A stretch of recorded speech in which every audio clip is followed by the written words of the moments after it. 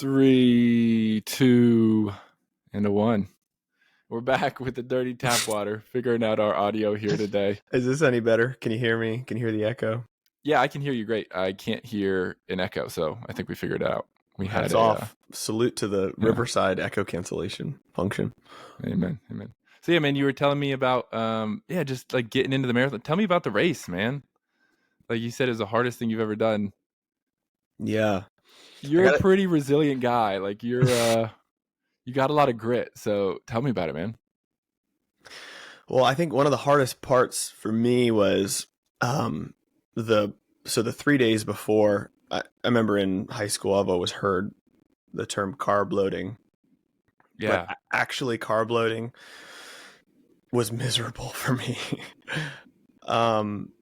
So about 2 years ago I tried out the ketogenic diet. And that just worked really well for me in terms of mental clarity, focus, my energy levels. When I was a little kid, I was diagnosed with not diagnosed, but I had hypoglycemia, and which that's what at least what my mom told me. But my memory of it is that I would just get grumpy if I didn't get enough ham and cheese. Maybe you're just a young boy. Well, she would, I would, be pretty horrendous, and then she would stuff some ham down my throat, and I would become a very loving child. So that was the prognosis or the diagnosis. Yeah, I think my wife has found the same thing. Oh my gosh! Yeah, we're gonna have to circle back, but so discovering the ketogenic diet and realizing, okay, my body does a lot better with low carb. In general. Can you talk about the keto a little bit, just for anybody who might not know? Or yeah, so I'm pretty sure the ketogenic diet was developed for. Gosh, whenever I talk about this stuff, I got my fact checker James. Oh dude, no, the dirtiest of tap water. The dirtiest of tap water. Here we're gonna go. We're gonna just do this. We are gonna come down here. And, Grace, if you're watching this, we're so grateful for you. Dude, what are you talking about? We're going to keep all this going. Yeah, man. Tell me. So it was developed. I know the fact check here. Tell me. Keto was developed to treat not Parkinson's, not schizophrenia, not seizures? Seizures, but what's another seizure disorder that people typically have? I can't think of the name right now. I have no idea. Gosh. But it was developed. Man, I did have the fact. It was developed early on because the Greeks came to realize that for people who had seizures frequently, when they fasted, they didn't have their seizures. And so ketogenic diet was actually developed initially not as any like dietary thing, but what it does is it mimics fasting, because what you do is you don't consume any carbs. And so it actually mimics the fasted state. And you, I think, know more about the details of it, but it makes it so that your body is running off of the stored fats rather than the fats, or rather than the carbs and the things that you're eating. But that's how it was originally developed, like back in the, I don't know, I'm not gonna try to venture a guess. I want to say 1800s, maybe late 1800s. Back in the pre-Socratics. Well, because essentially the Greeks figured out that if somebody fasted, they wouldn't have seizures. Epilepsy, that's what it was for. It was for epilepsy. They figured out that people who fasted didn't have their epileptic seizures, but you can't fast forever, you'll die. And so the breakthrough was this doctor figured out that although you can't fast forever, if you stop eating carbs, your body goes into a chronically fasted state, but you're still getting nutrients. Yeah, so there's a lot of debate over the diet just because it's so dependent off of people's varying physiology, and you're right on the money. It has to do with just varying metabolic pathways. The using glucose and glycogen, stored glycogen in the muscles and liver for fuel, or using fat and ketones for fuel. Fat and ketones are typically used for low intensity, but you can kind of sustain it forever, essentially. I mean, even the skinniest person has something like 10,000 calories of fat available to them for use, whereas we have about 2,000 calories of stored glycogen. So it's this really weird dance of the marathon is a strange event because you have to be fueling throughout the event for most people who are running hard, who are going to be using glycogen. And you burn about 100 calories per mile. And so if you're burning your glycogen entirely, you're going to hit your 2,000 calorie limit right around that 20-mile mark, which is where people historically bonk. And so that is crazy, dude. Like I was always like, why 26, right? 26.1? Is that what it is? 26.2. 26.2. I was like, that's kind of a pretty like arbitrary number. And maybe there's some other reasons for that number, but you told me that the other day about how essentially like the reason it's so hard is because you use all the stores of energy you have. And I'm like, that makes me want to do it even less. That's the logical response. That is the right answer. So the goal of training is to sort of double down on your ability to burn fat for fuel so that you are staving off the inevitable and you're not just kind of totally using your glycogen stores. The difficulty here, though, is that glycogen is what allows you to perform high intensity or more powerful movements, whereas your fat, if you're eating a low carb diet, there's going to be likely some limitations in performance. There are some people out there, like there's an ultra marathon runner named Zach Bitter, who he has the 100-mile world record, and he basically ran my marathon time 4 times in a row. He kind of alternates between a fully ketogenic diet, but then he does use carbohydrates for fuel during the race. Point is that during this race, we knew that we were going to have to carb load before the race. And traditional carb loading is that you go through a period where a couple days where you go through a low carb diet, and then you'd go through a higher bout of intensity workout, and then for 3 days you pump your glycogen stores while backing off on your exercise. And that might have been one of the worst parts, was the night before. You eat about 600 carbohydrates per day for 3 days leading up to the race. There's some variability there, but I have never felt more bloated and miserable trying to fall asleep, knowing what was inevitably coming the next day. Oh man. And also for me, I'm just so used to the lower carb diet that my brain fog was super weird the night before. I felt like I couldn't really problem solve as well because my brain was just like, I don't know how to use this.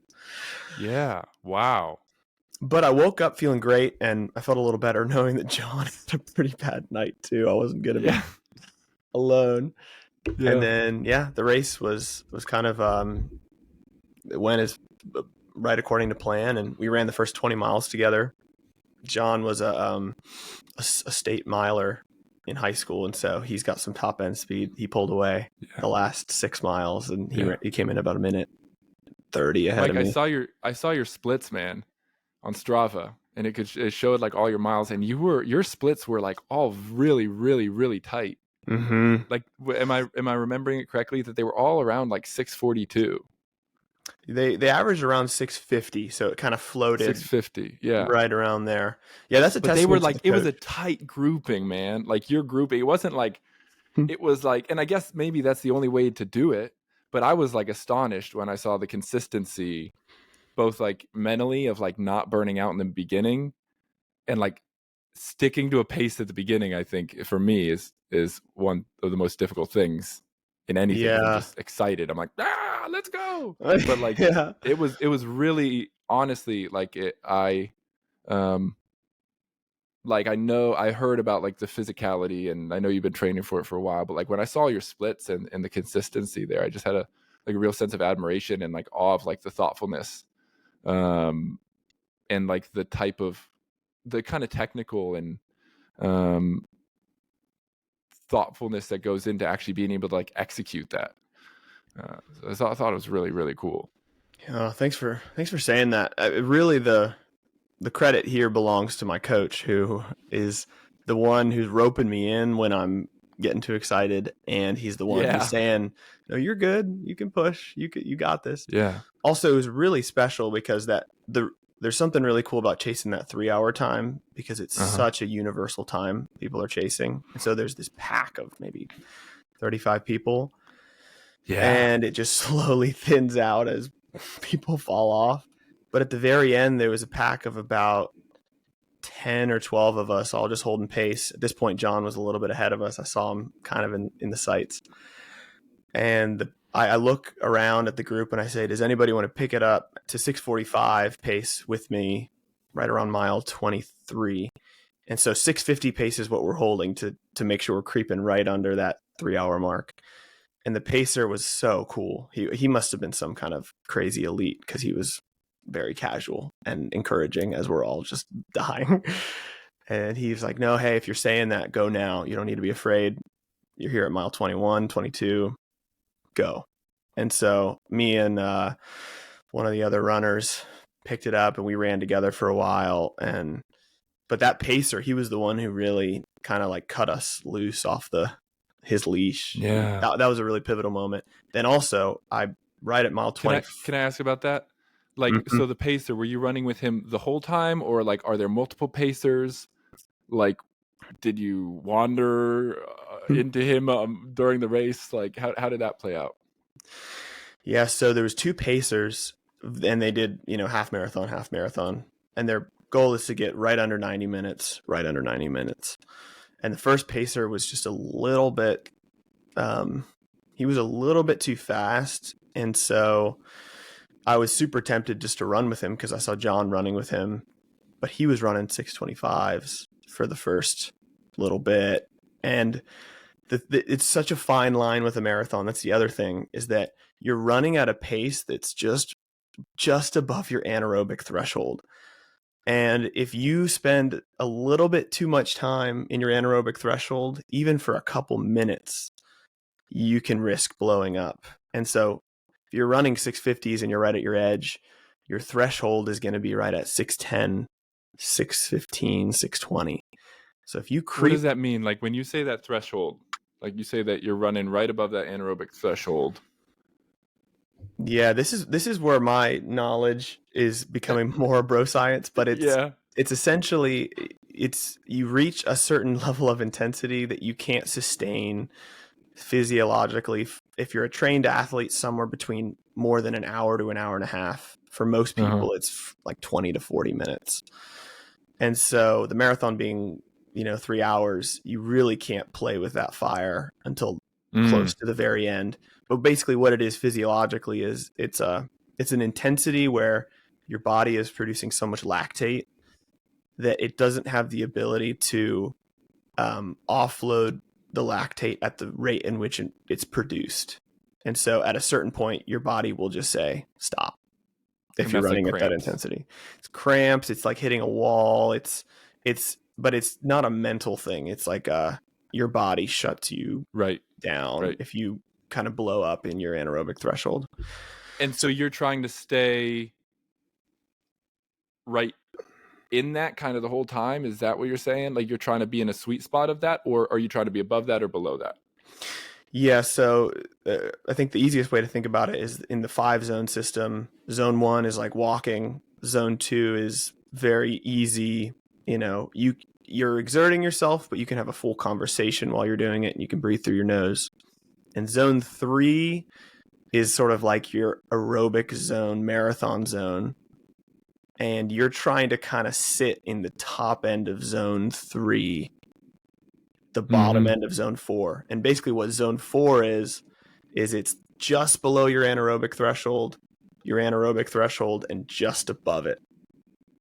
And then zone 5 is way above your anaerobic threshold. That's what people will do with like VO2 max workouts, or, all out on the rower for 2 minutes, or sprints, that kind of thing. It's your sort of top end. And people will divide this up more and more, but your marathon is like, you're trying to just creep under your anaerobic or be just slower than your anaerobic threshold, Right. without dipping too much into that, because once you dip in, your heart rate doesn't want to come back down necessarily. Like there's a sweet spot you're trying to play with. Yeah. You're trying to be like the burning embers, and you're trying to like kind of keep the burning embers like hot enough, but you don't want that thing to burst into flame, because then everything will burn immediately. Like you kind of just want to stoke the coal so it's like, so it can last through the night, essentially, right? That's it. Yeah. And so you're right on this That's weird bro science, space Mike. of this is bro science. What you're saying is science. That's bro science. Yeah, well, keep the coals going, bro. It's such a delicate balance. And so anyway, that first pacer, he was sort of running at a pace that I felt was getting a little too close to that threshold for sub 3. So I ended up finding this high schooler who was wearing shout out to Braden. Braden was his name. He was way faster than me, but he was smart enough to hold back, because I was looking at my watch with him, and I was like, they're running pretty fast, aren't they? He was like, yeah. So I was like, do you want to run with me? And he was like, sure, man. And he and I were like just kind of like calling out splits to each other. I remember that's what I was really focused on, was I would add 650 to whatever the last split was, to know, okay, when I hit the mile, I'm going to have to be right under this time. Mm-hmm. And at a certain point, I looked over him. I was like, hey, if I'm being really annoying yelling out these splits, just tell me to stop. And he was like, no, you're good, man. He was way more comfortable than I was. And slowly, he overtook the 3-hour pacer. Slowly, I never saw him again. But I ran with him, held back for the first 5 or so miles. And then when the second pacer took over in the last half, he knew we were subtly ahead. And so it was really cool. He was like, okay, hey, we're about 45 seconds ahead. We can bank some time. We can chill out. We can get comfortable. So, yeah, it's a wild event. You're trying to stay present mentally, and slowly your mental faculties are sort of shutting down. Like your ability to problem solve is becoming shorter and shorter. Yeah. So is like, you were talking about the pacers. You said they were both running 90-minute halves. Yeah, right around 650 so like per mile. If you're aiming to break 3, you're aiming to hit like 259. Like that's what it sounds like. Yeah. Just because it's that hard, that you're like just trying to hit it like right under the nose, essentially. Yeah. And there's people out there that are trying to break 3 that have the fitness to like play with anywhere between 255 and 259, But for me, I knew sub 3 was right at the very edge. I had no wiggle room. I was going to have to hit even splits to make it happen. What'd you hit? 256? 257? Right around 259, 13. So about 45 seconds under the gun. Ah! Yeah. You made it, dude. Dude, I saw you.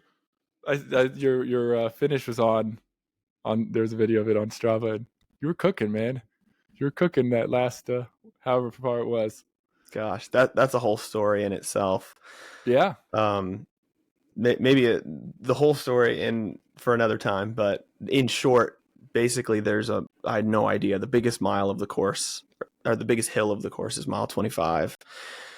I had no idea. Didn't know that going in? No idea. Dude. No idea. No. I know. Oh my gosh, man. And so you're climbing up this hill, and in Baton Rouge, in Louisiana, there's no hills here at all. And so it's the biggest hill you've climbed all year. And so you're totally depleted. You're flying down the other side, and I could see the finish line, but right around 25, the wheels were falling off.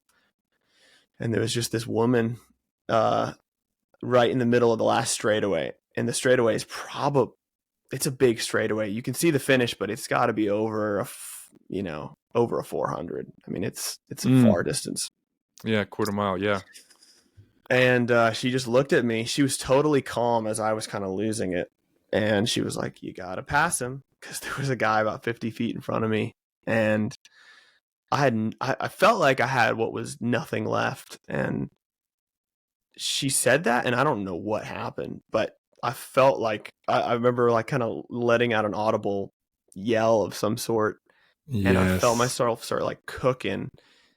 And I looked down at my watch, and it was saying like a 4-minute mile split, which I think that's partially what you can do. It's weird. Once your brain sees the finish line, it's like, oh, we're not going to die. That's the end. I will like release you and I will stop Yeah. holding you back. There's something weird going on there. Something hanky. Something hunky dory. Anyway, there's so many little nuggets from this, but it's something everybody can do if they have a strategy and a coach and enough time to train and really to Yeah. run slow miles. I mean, that's the big takeaway for me this year was that you get fast by running slow. Oh yeah. It's not just a You get nice fast saying. by It really running slow. Yeah, slow is man. fast. What is the saying? Slow is smooth and smooth is fast. Hey. Truisms are true. Truisms are true. Shout out to Gaston, Professor Shout Gaston. out to Professor Gaston, yeah. So, yeah, man, what's been the fruit, like mentally, emotionally? Like, you've just done this huge thing. Obviously, you've been training for it. It was the hardest thing you've ever done. I know you said that one of the worst parts was having to eat the nights before, but I'm still gonna guess that maybe it was somewhere between mile 1 and 1 mile 26. Man, what have the fruits been for you? Like, what's been percolating up in these last couple of weeks? Because that was when how many weeks ago was that? Was that 2 weeks ago? Yeah, just shy of 2 weeks. Yeah. 12 days now. Yeah.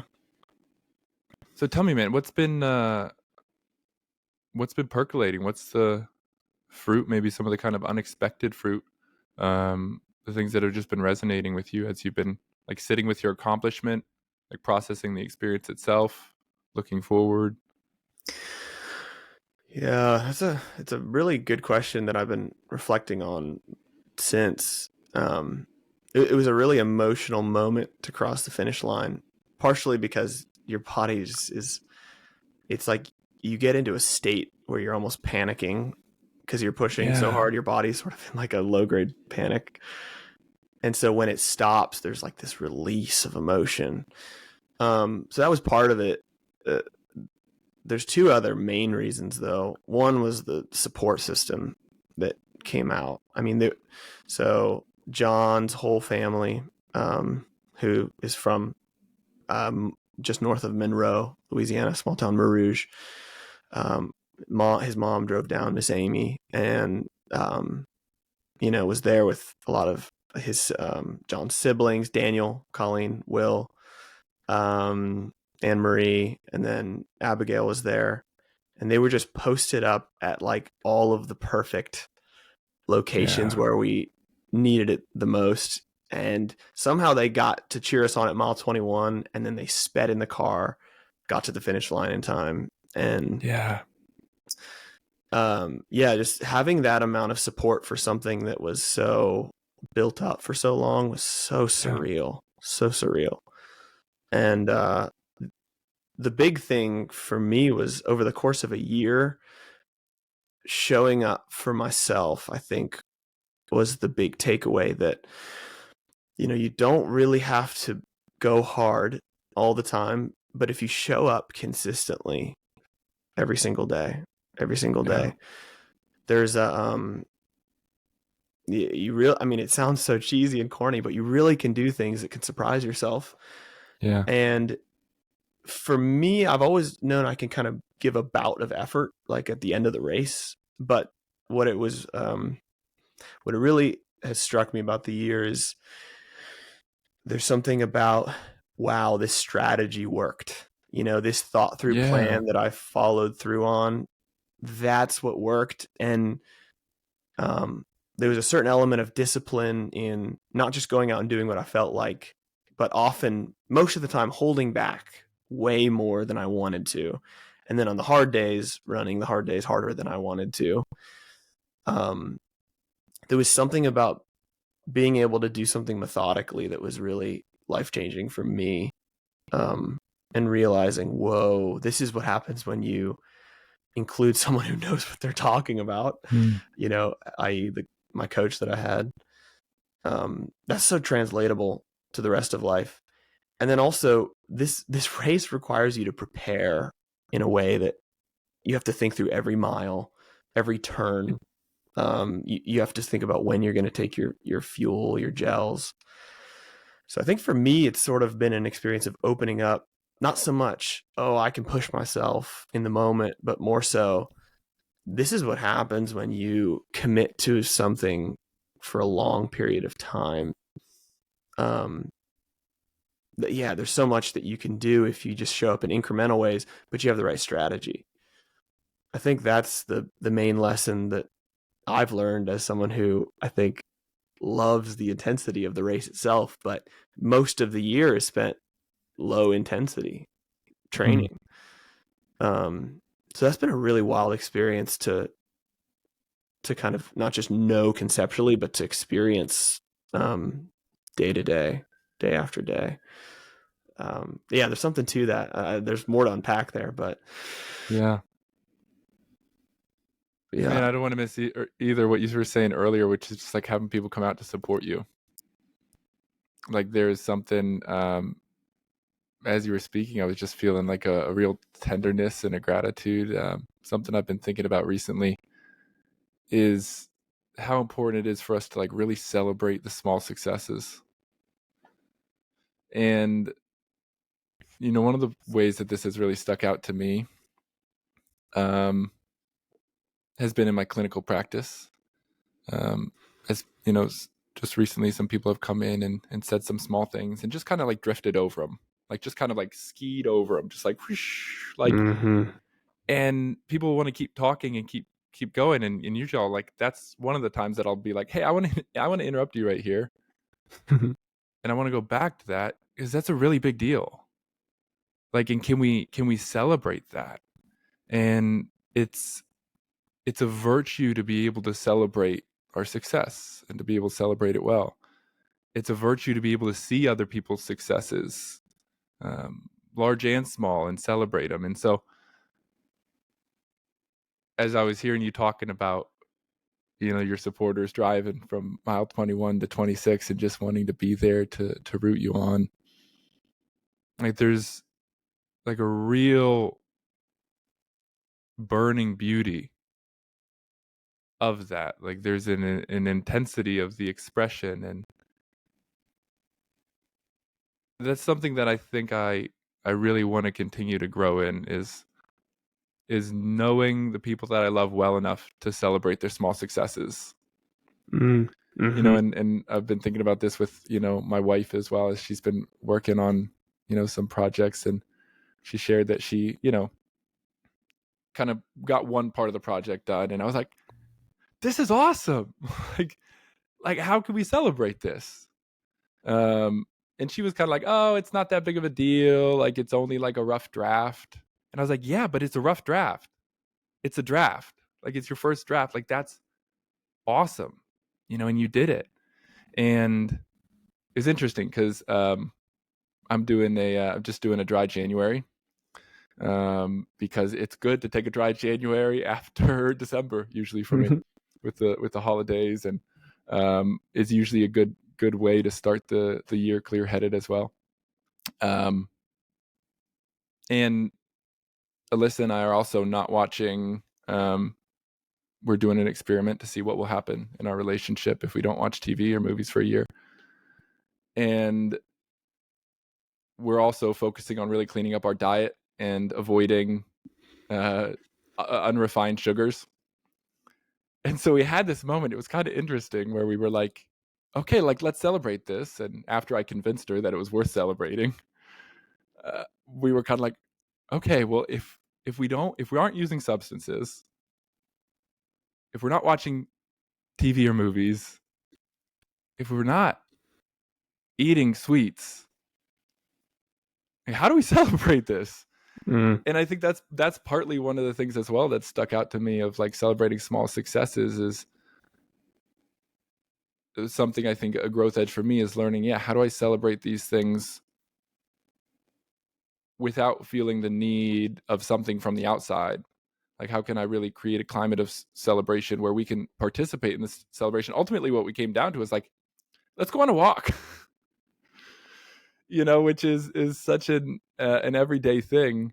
But so are sweets, and so is a couple beers, or so is whatever it might be. It's like those are everyday things too, but those are the things we cling to. So we went on a celebratory walk, which sounded to say, and it sounds now, and felt remarkably corny. Um, but I was just reflecting on that as you were talking about, what an incredible gift that support from your system was, and um, it really, I think, is just something I'm seeing in myself so underdeveloped, is like really being able to recognize small successes in the people that I love, and celebrating them in a meaningful way. So I'm so glad that you had those moments of success, and you had your support system showing up there.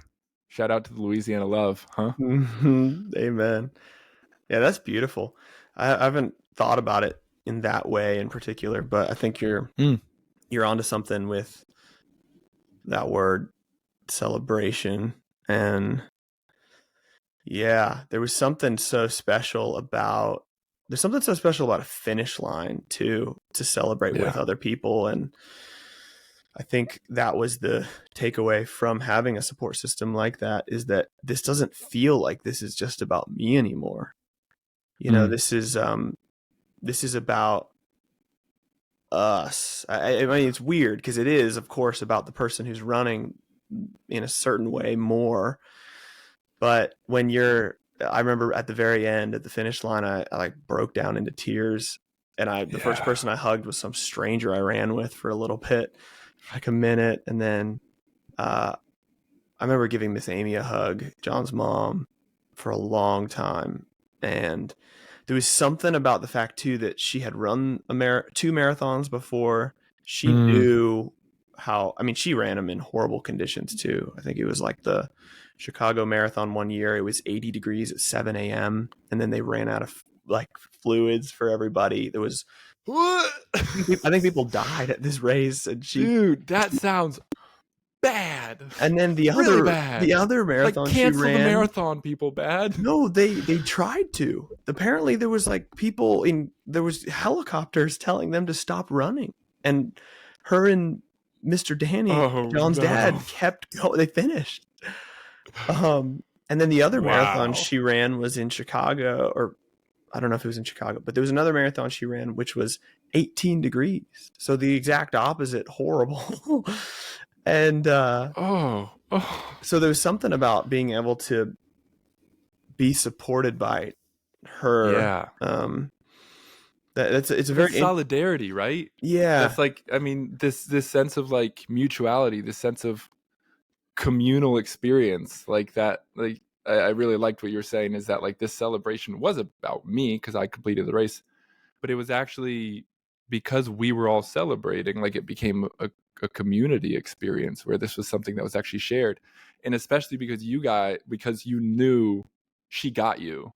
Like that solidarity of like, yeah, I've been there too, and I'm so happy that you just did what you did, like right on. That's something that's especially like potent. But I'm touched by that like sense, and I think that's what I've kind of been feeling and gravitating towards too, is that if we view success individualistically, then it's like a mark on my totem pole, like a star on my chart. And it feels odd, and it feels proud, and we can maybe even feel ashamed if people celebrate our success because we feel like, oh, I don't deserve it or whatever. But that's when we look individualistically. But if we can look with the heart of solidarity and community, like that's not just like a star on a chart. I don't know if you've ever seen yeah, we watched it together, Schitt's Creek. But what's her name? I forget what her name is, but she says, when one of us shines, we all shine. And of course she's saying it like, very sarcastically, but it's one of those truisms that sounds corny because it's said so many times. But if we can actually have that attitude that when one of us shines, we all shine, like we're all elevated and connected. And it's nice too, because then we don't always have to be the ones on the chopping block. Like, we can actually join in with each other. But yeah, touched by that sense of solidarity that you experienced. What a Yeah. beautiful moment. Beautiful moment. And I think what for me makes it really believable that it's about more than just me is that, well, of course it's about more than just me, but it can be easy to think about a race as something that you do. But there's no way John and I would have run that fast if it wasn't for the runners around us. So it was really a shared experience. But then also there's no way we would have run, I don't think, that fast without the support, the night before, but also just the community of people in my life that I've been following their training. They've been following my training. They're in your mind's eye when you're running. You're thinking about those people. And so in that sense, it's very real that the accomplishment is everyone else's too, because at least for me, I don't feel like I have a chip on my shoulder. I don't want to prove the world wrong about me or show everybody that I have something that nobody knows I have. For me, it's really about showing up for myself and for my people and for the things I believe in. And so people's support is so integral to that for me. I'm not motivated by, going away in secret and coming out and terrifying everybody. Like that, it's not a mentality I'd find any fuel from. It's much more about how can we all move forward. I'm inspired by you. You're with me in this race. So I think that's a big, that's a really cool element to running too, because it's really not about beating somebody. It's about how much can you grow, because there's always a faster time. Someone's always faster than you. So yeah, no, it's there's so many gems I hope to keep pulling from that experience. Yeah, we talked about this a little bit in the first episode, but something I've just been really struck with in my life in the last. It's been a growing experience, but I'd say the last 3 years, but the last year, 2 years particularly, is just this sense of like none of this is mine. Like you were saying that I love the saying, we are dwarves standing on the shoulders of giants.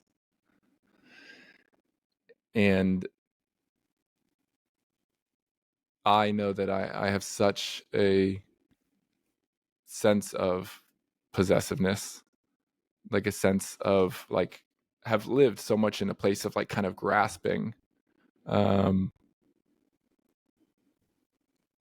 for something that grasping, and part of the American dream, part of our culture is like, if you want it, you go get it, and kind of self-made man, right? But there is no self-made man, and certainly I think it is absolutely true without a doubt that some people get less support than others to a tragically large degree. I think that's undeniable. But what I've really been experiencing in my life is that everything that I have, even if it's something that I've worked for, like in a real sense, it's been given to me, because the lessons that I used to get that, or the skills, like whether it was trainings or supervisions or just like mentorship, from people that for no reason at all were just like, yeah, John Paul, I'll help you be a better person. Like what did I have to give any of my mentors? Nothing. Like nothing, absolutely nothing. And yet people who welcomed me under their wing and were like, sure, yeah, I want to support you. I actually just genuinely want to see you grow.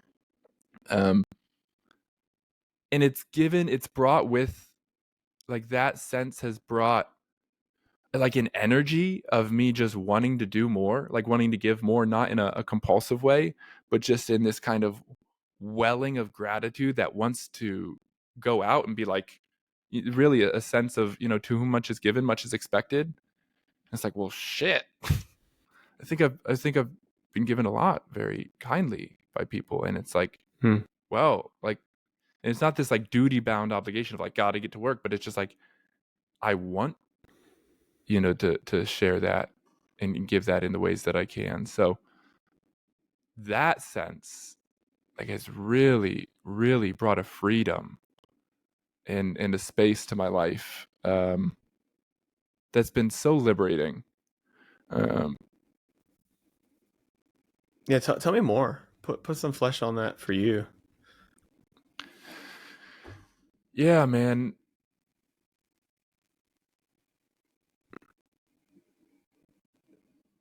I've become, well, I'm wrestling with becoming okay with like a simple life, I think, in a certain sense. I'm coming to realize that the hypothetical future doesn't exist. All these, these truisms, things that are kind of coming up, but um, I'm really trying to slow down and do less. I think I've had a lot in my life, a sense of urgency, like I need to get ahead, Mm. like I need to make these accomplishments, like I need to squeeze more out of the lemon than there is juice, and that's how I've kind of viewed time. And I think this actually really relates. I was thinking about this as you were talking about your training, um, and that kind of threshold of, you don't want to push your body so hard that you use up all the energy so that at some point you'll just crash. And that's essentially what I did, like, not this past year but the year before. Mm-hmm. Like, And that's what was I that did. with studying for the Yeah, with GRE and? studying and trying to get into a PhD program. Mm-hmm. And I am so grateful to my parents in that they've taught me how to work like really, really, really, really hard. um but I haven't always been wise enough to see, like, okay, what's the best way to work hard, like in this situation. Hmm. And so, for one thing, going from college, burning the candle at both ends, and kind of like hanging out with people late at night and then trying to make it to class and all this stuff. um Maybe I wouldn't define that as like workaholism, but it certainly bears the same characteristics of burnt outness that it produces. And then I went to grad school and like really knuckled down on my academics, and was also working like a job. I was working at a bar, so I was working till like 3 a.m. on Saturday night, coming back in at 10 a.m. on Sunday morning. And then I got married and graduated, and rather than like checking in and kind of having this sense of, there's a saying, um, that I read the other day: how you get there is where you'll arrive. Mm. And like, how I was getting there was chronically putting way too much on my plate, like this work hard, play hard mentality, which only ever kind of left me like burnt out. And what it didn't give me, because I always thought I was like getting ahead or trying to, Mm-hmm. I wasn't actually like following a plan of like what I was trying to do. And so last year, I've always wanted to get a PhD, but I found a program that I like really fell in love with in the middle of summer, studying global mental health. And that's studying, how can, um, as a therapist, how can we train, working with humanitarian people in places that experience humanitarian disasters and equipping them with mental health tools. That's what I want to study, and study a doctorate in psychology in that. I found this program, and it's like my dream program, because I didn't even know that. Like, I'd always kind of wanted to do that. I've always loved mission work and volunteering, and you and I share that. I'm excited to talk on here about our Yeah, trips yeah, to yeah. I was just thinking about uh, that, but India, Nepal, Kolkata. Yeah. Um, and I've always loved psychology, and it's like, I was like, man, it'd be great to bring them together. And then I'm looking at PhD programs, and I'm like, this program literally does that. And so I had this part of me that's just like ready to go. And I was like, okay, like, I'm going to take the GRE, I'm going to apply to this program. I was already working like two jobs in like three different roles. Um, and I was like, and I'm just going to, like, what I'm going to do is, this is a season, it's going to be work season. So what ended up happening is I was waking up, and the thought there was like, I want to get into a PhD program like before I have a kid, because I think it'll be a lot more difficult after I have a child to like make that happen, which like isn't a bad thought. But like because of that, because I was like kind of trying to like make it happen, I was waking up at 3:30 every morning and studying for the GRE for a couple hours. And then I was going to work and doing research, and then I was seeing clients, and then I was coming home, after a day of work with clients at 5 or 6, and then I was studying for 2 more hours for the GRE. Well, sometimes Wow. that was a hope, was to study for 2 more hours. Usually it was kind of like start studying and then burn out and go to bed and like do the whole thing again. And then that, turned into writing my application, all this stuff. And I was just like, I was like trying to squeeze the lemon, and like, I had this mentality, like, I just gotta work through it. Like, this is just a grind. Like, this is just one of those seasons. And afterward, I didn't get in. Surprise, surprise. Here I am. Mm-hmm.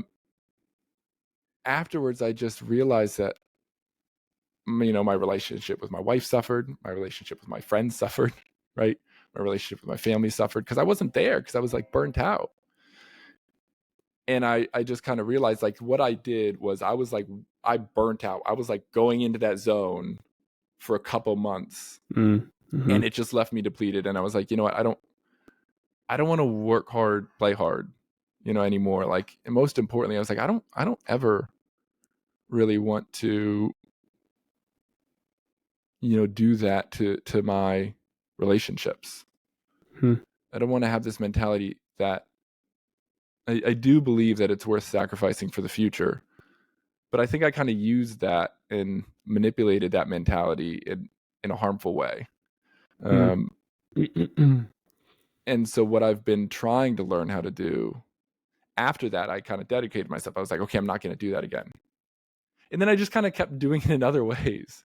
And I realized, like, what it was kind of a symptom of this habitual overworking, work hard, play hard mentality that I had since going to college in the beginning. And really, I mean, in high school, I would wake up in the mornings and go play basketball before school, work out, at night, because what I believed to be true was that, like, was the most important thing is effort. And as we were talking last time, it's not the most important thing. You do have to have enough effort. The right amount of effort is really important. But the analogy that I kind of use is, I have this part of me that is like a juggernaut that will just like run into the, like, that's like, okay, I need to get from this room to this room, and I'll just run into the wall over and over and over and over again. And there's like a door like right next to me, and I think that's what happens with this part. That's kind of and so I've been trying to learn how to slow down, how to do less, and how to kind of, my mentality now is, I absolutely want to get a PhD. And my goal this year is essentially to do what you did with running, which is to say, hey, here's my year plan. To submit an application, and then that would be like, in 2 years. But here's my year plan. Can I commit to it? And I decided that I don't want to pursue my dream in a way that takes me far away from my present reality.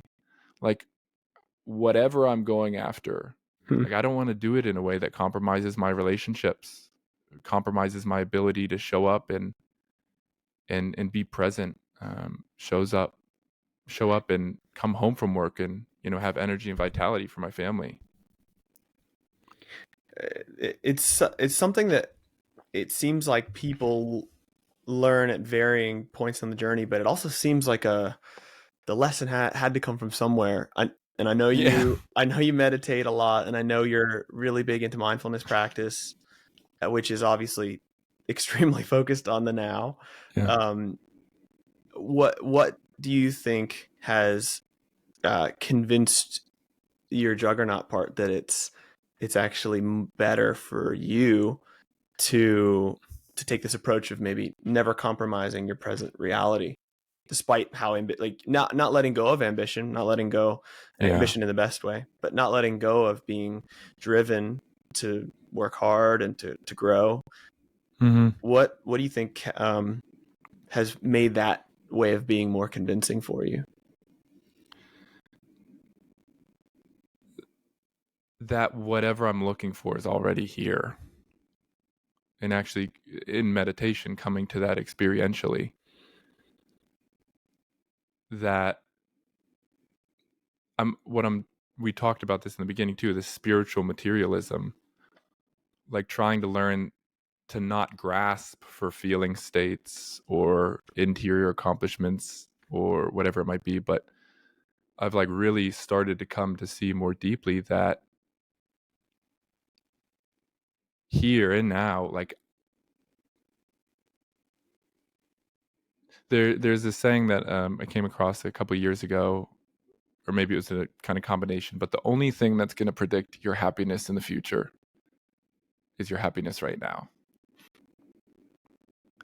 And I think through meditation, I've come to actually experience that in reality, that I don't need those things to be happy, or not happy to be, but to be content. I think letting go of the idea that I need to accomplish something in order to live my life, and recognize that, coming home from work at 5 p.m. on a Tuesday and sitting down with my wife and son, like that's my life. That's the life that, I've always wanted to live, and I have it here. And so I think it's letting go of the fear, because it's fear driven. I think that sense that I have, that the juggernaut is fear driven, afraid of what I might be if I never got a PhD, afraid of feeling like a failure or being a failure. And so I think it's a sense of like okayness with the life that I have, which has opened up into like an ardent love and a celebration. But I think it has to begin with like an okayness of the present moment. And a sincere belief that like whatever happens in the future, it's not going to make my life better. What's going to make my life better is me learning to be available in the present to whatever it is here. That's it. And yeah, learning to listen to the stories of these parts of me that are afraid of letting down my dreams, or letting go of it, and kind of resolving of like, no, like, listen, I'm still like working with these parts interiorly, be like, listen, I'm still going for it, but we're just changing gears. We're just saying like, whatever we're going to go after, we're going to do it in a way that's sustainable, in a way that's life-giving, in a way that keeps me physically, emotionally, spiritually open to the people, the places, the things, the experiences that are here and now. And it's something, I guess I'll say this too, Mike, like this is something, it's not something that I've accomplished at all. Like this juggernaut part is still very, very much active. And because there is a need to do things, like there is a need to execute, there is a need to, manage bills and manage appointments and manage time and communicate and like do these particular things. What I'm trying to learn how to do is how to do it all sustainably without burning out, like you did, man, like in the race. And that's a hard lesson that I'm still fumbling through. Gosh, there's so much wisdom in what you're saying, which is, if I think this is what you're saying, but if I'm going to move forward to, work on something that doesn't exist yet, but I'm going to be envisioning in my mind's eye and trying to, sequentially get closer to it, to do it in such a way that sacrifices the present is unbalanced for me. It doesn't work. Yeah. But I guess what I'm also hearing too is, it sounds like you have a space in your life where your present moment is filled with things that you find meaningful. Your relationships, your relationship with your wife, Yeah. young Vinny. There's so much waiting for you in the present moment. Do you think that there? What do you say to the person who um hates the present moment for them? Right, it's not filled with those Yeah. things. But because everything you're saying is filled with so Yeah. much wisdom, Yeah. there's a. I'm sure you could speak to that other side of the coin, which is Yeah. you're also living in a compelling story for you. Yeah. Your life has a coherent narrative to it. Yeah. It sounds like there's Yeah, sort of a man. both and going on there that's a really magical sweet spot. Yeah.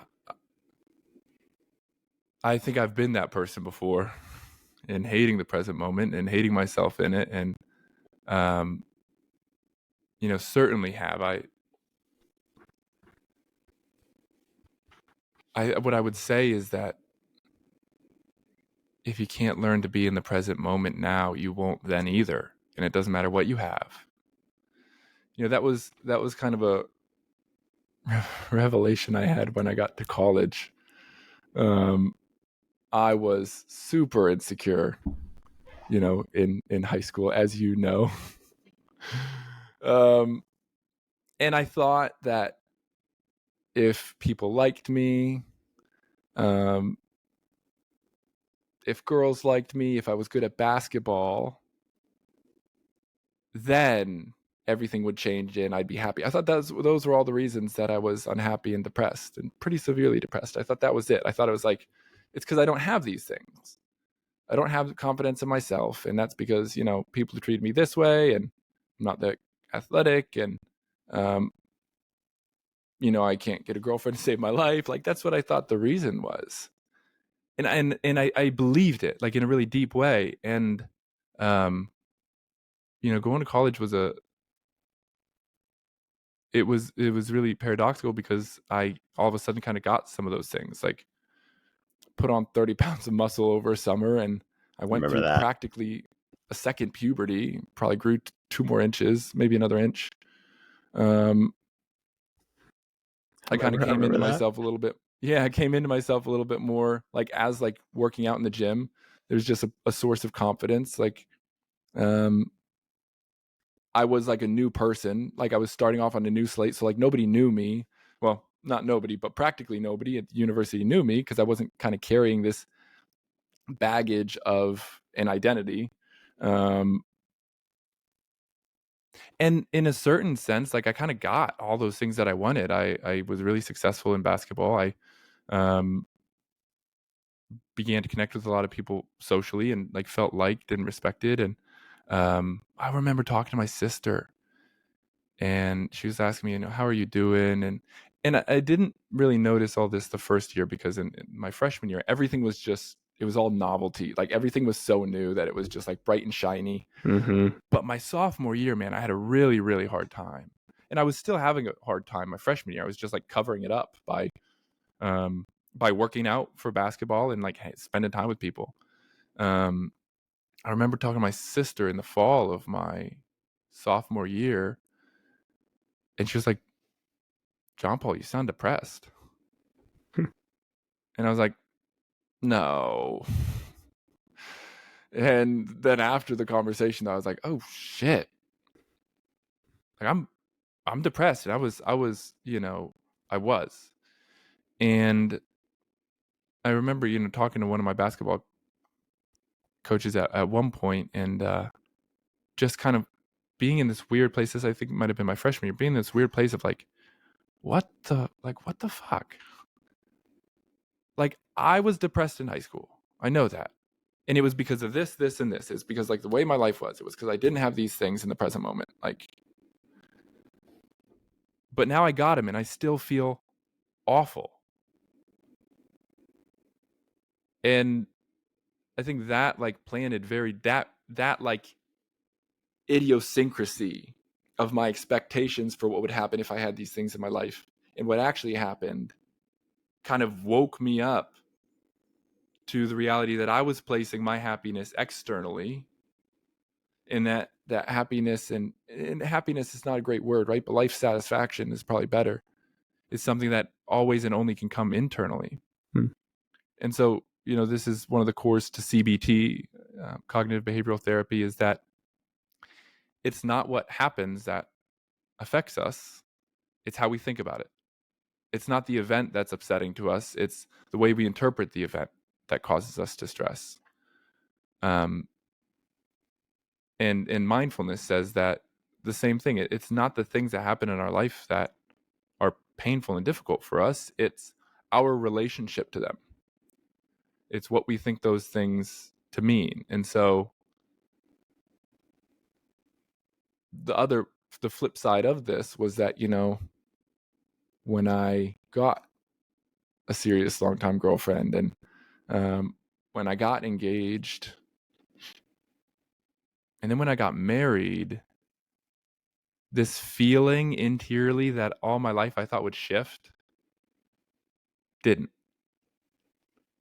Like I'd kind of seen, like, okay, once I get married, even after learning all that, I still kind of had this idea in the back of my head, like that feeling of missing something, or that feeling of like wanting my life to be better. Like what that is like me wanting to be married and to have a job and to have whatever.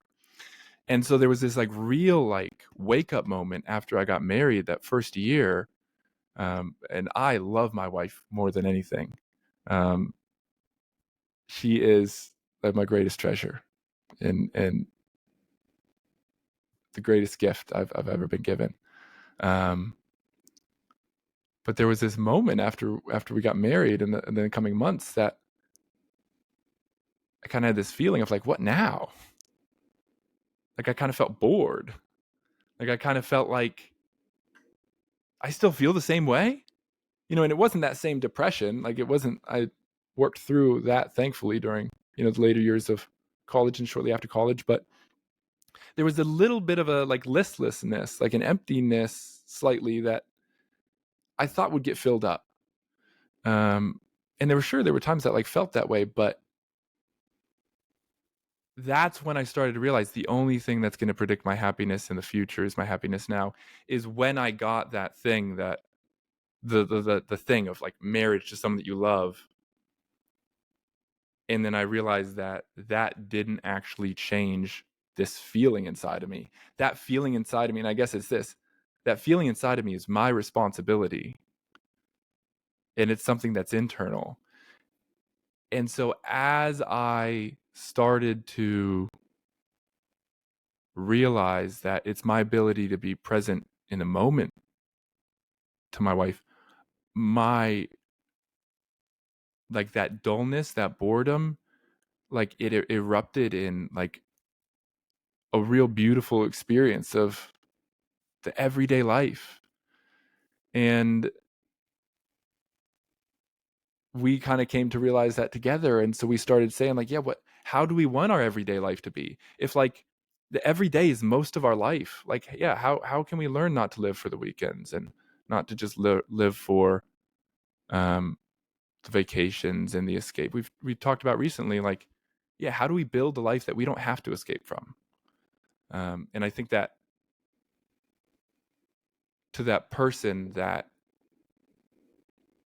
hates the present moment, if you think escaping the present moment is the solution, it's not. Entering into the present moment well is the thing that we're looking for, not these external circumstances. Sometimes those external circumstances make it a little bit easier to enter into the present moment well, like a beautiful sunset. It just spontaneously pulls it from us. But I think that what you're talking about is so important for any human being who ever has a negative emotion, because the temptation whenever we feel a negative emotion is to get away from it, because yeah, at least for me, it's taken me a long time, and I'm a large work in progress on how to work through negative emotions, right? Where historically it's okay, if I feel sad, go do something that makes you happy, rather yeah, than how can I work with this sadness to better understand what it's pointing to that has an inherent wisdom. And I yes, think that this could be such a good point of conversation for us in a future episode, which is it seems like what you're touching on is the essence of spiritual bypass. Spiritual bypass Yeah. being, I use any practice. I mean, it's usually described as something that is happening in meditation, but any practice that I use to avoid my present moment experience or present moment emotions. And it's the most commonly spoken about in meditation, because the whole goal of meditation is to get you into the present moment, but it can be used to bypass the present moment as it exists in terms of your emotional life.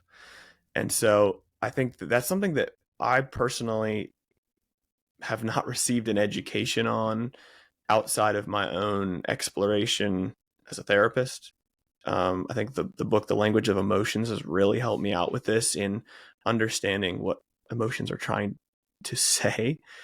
But Mm. it seems like a big part of what you're saying is that rather than try to escape from the good and the uncomfortable feelings, or the comfortable and uncomfortable feelings, it's sort of diving into whatever is appearing in your present moment Yeah. experience to understand there's an inherent richness to things that we tend Yeah. to avoid, like just case in point, sadness.